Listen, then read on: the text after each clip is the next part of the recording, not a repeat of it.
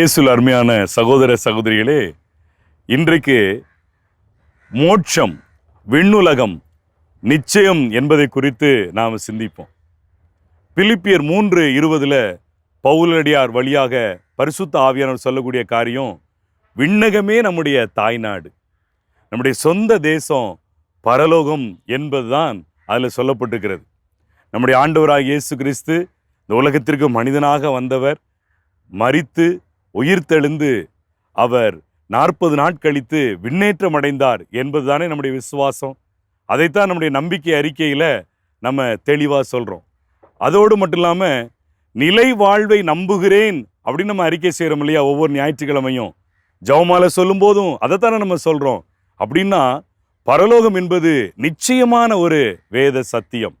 நிச்சயமாக நம்ம ஆண்டவரை நாம் அங்கே சந்திக்க முடியும். பரலோக மாதா, விண்ணக மன்னக ராக்கினி என்றெல்லாம் அன்னை மரியாதை நம்ம சொல்கிறோமே, அதனுடைய அர்த்தம் என்ன? பரலோகம் ஒன்று இருக்கிறது அப்படிங்கிறதுனால தானே.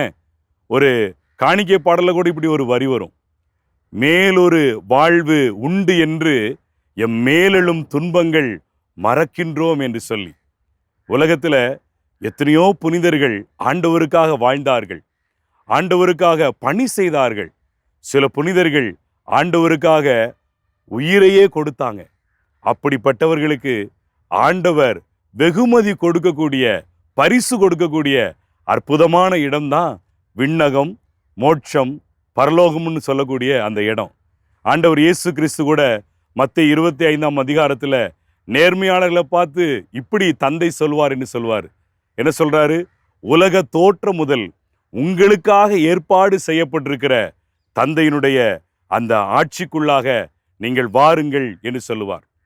எனவே மோட்சம் என்பது ஒரு நிச்சயமான சத்தியம். அதை நம்முடைய வாழ்க்கையில முன்வைத்து நாம் ஓடுகிற போது நாம் பாவத்தை தவிர்த்து நம்முடைய வாழ்க்கையில பரிசுத்தத்தை நோக்கி செல்ல முடியும். இதை நம்முடைய வாழ்க்கையில மட்டும் இல்லாம நம்முடைய பிள்ளைகளுக்கும் நாம கற்றுக் கொடுப்போம். சரியா? ஜெபிப்போமா? எங்கள் அன்பார்ந்த ஆண்டவரே, நீர் எங்களுக்காக பரலோகத்திலே அற்புதமான வாசஸ்தலத்தை ஏற்பாடு செய்து வைத்திருக்கிறீர். அந்த உறைவிடத்திலே நாங்கள் உம்மோடு கூட வந்து மகிமையிலே, மகிழ்ச்சியிலே பங்கு கொள்வதற்காக உயிரையும் நீர் கொடுத்திருக்கிறீர். நாங்களும் ஒரு நாள் விண்ணகத்தில் உம்மை சந்திக்க எங்களுக்கு உம்முடைய அருளை தாரும். இயேசுவின் பேரால் ஆமேன்.